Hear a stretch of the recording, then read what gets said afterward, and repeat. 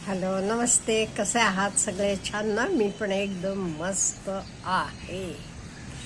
पहिल्यांदा एक रिक्वेस्ट आहे सर्वांना, जे कोणी प्रॉब्लेम म्हणा, काही तुमचे प्रश्न विचारता, तुमचं नाव घ्यायला नको असलं तर तुम्ही ते कॉमेंट बरोबरच लिहा, प्लीज माझं नाव घेऊ नका म्हणून. नाही ते काय होते, आता कालच झालेली गोष्ट सांगते.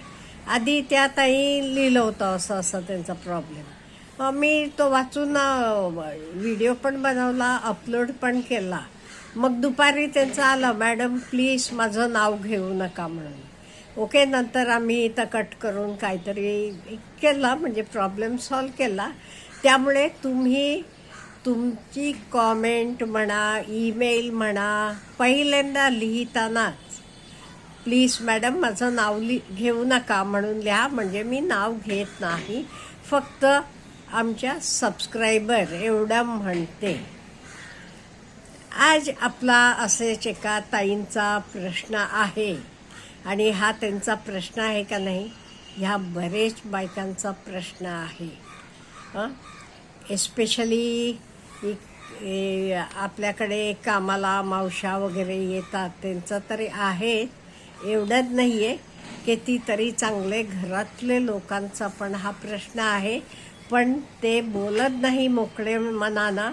व्हेरेस ह्या मावशा आपल्या ओपनली बोलतात, सांगतात, एवढा फरक आहे. ह्या ताईंचा प्रश्न आहे, माझा नवरा माझं ऐकत नाही, खूप दारू पितो, दंगा करतो घरी आल्यावर, आधी सांगत नाही, जेवायला येणार नाही, काही जेवण करून ठेवलं, जेवला नाही की सगळं उरते, नाही की मला का केलं नाही, माझं काय, मी नाही घरातलं नाही का, असं दंगा करतात, असं तिचं म्हणणं आहे. बरोबर ताई, तुमचं मला समजते तुमचं प्रॉब्लेम. एक गृहिणी म्हणून का अन्न हे बघा, जास्त झालं दुसऱ्या दिवशी शिळं खावं लागते, आणि पुरलं नाही की ते माणसाला आपण जेवायला दिलं नाही, बाबा करून ठेवलं नाही, हा पण आपल्याला त्रास होतो. आता मेन ह्याला आपण काय करायचं? आपण काही करू शकतो का? आपल्या हातात आहे एवढं आपण करू शकतो. एक म्हणजे पहिला, प्रेमानं बिहेव करा. जेव्हा ते शुद्धीवर असतात तेव्हा सांगा, ते पिण्यासाठी किती पैसे जातात, किती हाल होतात, मुलांच्या फिया भरायच्या असतात, किंवा आपली सारखी भांडणं झाली की मुलांवर काय त्याचा परिणाम होतो, ते हे कधी बोलायचं? डोके शांतता असताना, दारू पिलेला असताना नव्हे. अशा वेळी समजून सांगायचं. आता तुम्ही म्हणता तर बरोबर आहे, तुम्ही सांगितलंय, अहो त्यांना कोणी लक्ष देत नाही म्हणा, रिस्पेक्ट देत नाही, त्यामुळे आमची आणि मुलांची पण कंडिशन सेम आहे. बरोबर आहे, हे होते असं. पण आता तुम्ही काय करायला पाहिजे माहिती का? तुमची शक्ती ओळखा, तुम्ही शक्तिवान बना. आपले आत धैर्य आहे का नाही, तर धैर्य एकत्र आणा, आणि आपले एफर्ट्स काय करायचे हे आधी ठरवा. प्रत्येकाच्या आयुष्यात काही ना काहीतरी प्रॉब्लेम्स असतात. कोणाची परिस्थिती ओके नसते. तुम्हाला वाटते तुमची परिस्थिती अशी आहे, नाही आहे, तुम्हाला हा प्रॉब्लेम आहे, आणि कोणाला आणि काही प्रॉब्लेम असतील. त्यामुळे आयुष्यात प्रत्येकाला प्रॉब्लेम असतात. पण काय फरक पडतो, ते प्रॉब्लेम्स आपण कसे फेस करतो, चॅलेंजेस म्हणून कसं पुढे जातो, हे महत्त्वाचं आहे. आता पहिली गोष्ट तुम्ही काय करायला पाहिजे, तुमचे मुलांकडे पूर्ण लक्ष केंद्रित करायला पाहिजे. मुलांचं शिक्षण म्हणा, त्यांचे संस्कार, हे सगळं खूप महत्त्वाचं आहे. त्यामुळे ही तुमची जबाबदारी आहे. तुम्ही जास्त कॉन्सन्ट्रेशन तुमचे मुलांवर करा. आणि हे करताना मला माहिती आहे सांगणं सोपं आहे, पण पैसा सगळा दारूला जात असला तर घरात पैसा येणं आपोआप कमी होतो. त्यामुळे तुम्ही फायनान्शियली पण आपण काही करू शकते का हा विचार करा. अहो, तुमचं शिक्षण नाही जास्त झालं, तुम्ही बाहेर जाऊ शकत नाहीये, तरी तुम्ही स्वयंपाक चांगला करत असाल तर 4 जणांना डबे करून द्या, मेस चालू करा. शिवणकाम चांगलं असलं तर स्टिचिंगचं काम करा. काही आपल्याकडचे आधी गुण काय आहेत बघा, आणि गरज असली की जरा आणि त्यातलं ट्रेनिंग घ्या. म्हणजे तुम्ही पैसा मिळवायला लागलात का नाही, फायनान्शियल प्रॉब्लेम आपले निघून जातील. आणि आपला माइंडसेट, आपलं थिंकिंग, आपला विचार करायची पद्धत बदला. सारखं नवरा दारू पितो, एवढे प्रॉब्लेम्स आहे, नाही तर नाही म्हणत बसण्यापेक्षा ह्यातनं मी बाहेर कसं पडू शकते, मी ही परिस्थिती कशी बदलू शकते, ह्याच्याकडे विचार करा.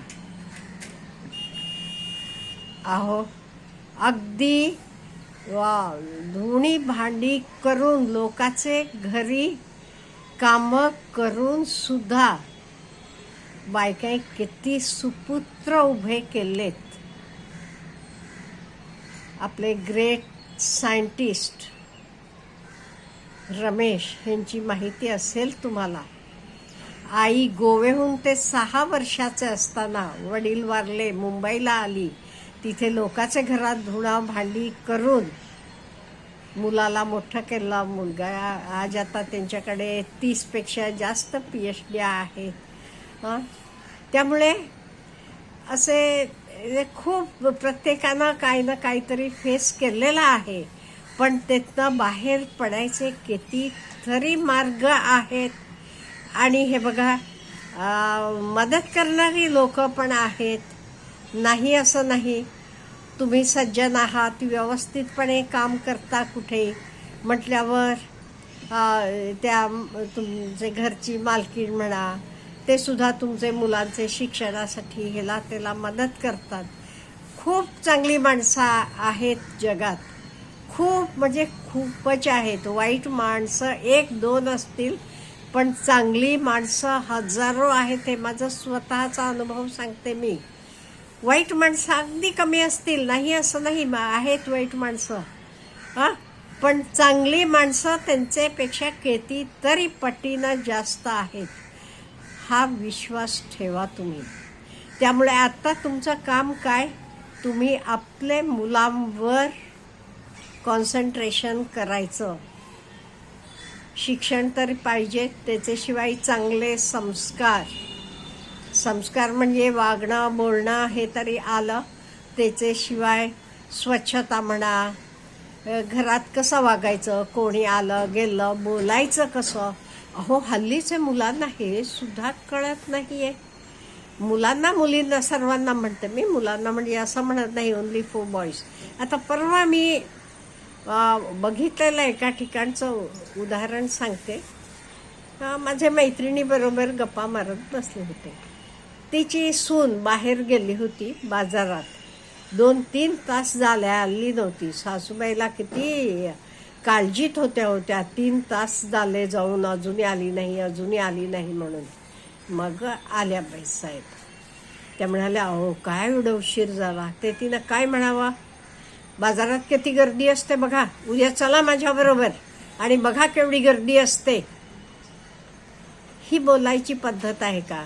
म्हणायचं ना, आई खूप गर्दी होती त्यामुळे वेळ लागला. त्यामुळे बोलायची पद्धत, संस्कार म्हणजे हे सगळे आले. हे संस्कार नसल्यामुळे असं बोलतात. आणि तेथही आपले सासूची मैत्रीण बसलेली आहे बरोबर, तसं असताना असं बोलायचं त्या पोरीनं, उद्या तुम्ही चला माझ्याबरोबर बाजारात आणि बघा गर्दी केवढी असते, किती वेळ लागतो, असं बोलली. त्या गप्प बसल्या, काही बोलल्या नाही. मलाही मी जाणून घेतलं काय इथं त्यांनाही कळलेलं होतं. त्यामुळे संस्कार पण खूप महत्त्वाचा आहे. हे बघा, व्यवस्थित सॉफ्ट स्पोकन मृदू बोलणं असलं की हजारो लोकांना आपण जिंकू शकतो. त्यामुळे हे तुम्ही आता फक्त मुलांकडे आणि तुमचे स्वतःकडे लक्ष द्या. मुलांना कसं छानपैकी मोठं करायचं, आरोग्यवंत बनवायचं, चांगलं एज्युकेटेड बनवायचं, चांगले संस्कारी बनवायचं, ह्याच्याकडे बघा आणि पूर्ण मुलांकडे लक्ष द्या. उद्या तुमची मुलं छान मोठी होतील आणि तुम्हाला हे आत्ता दुःख आले का नाही त्याचे कितीतरी पट्टीनं आनंद मिळेल. बघा तरी. Wish you all the best.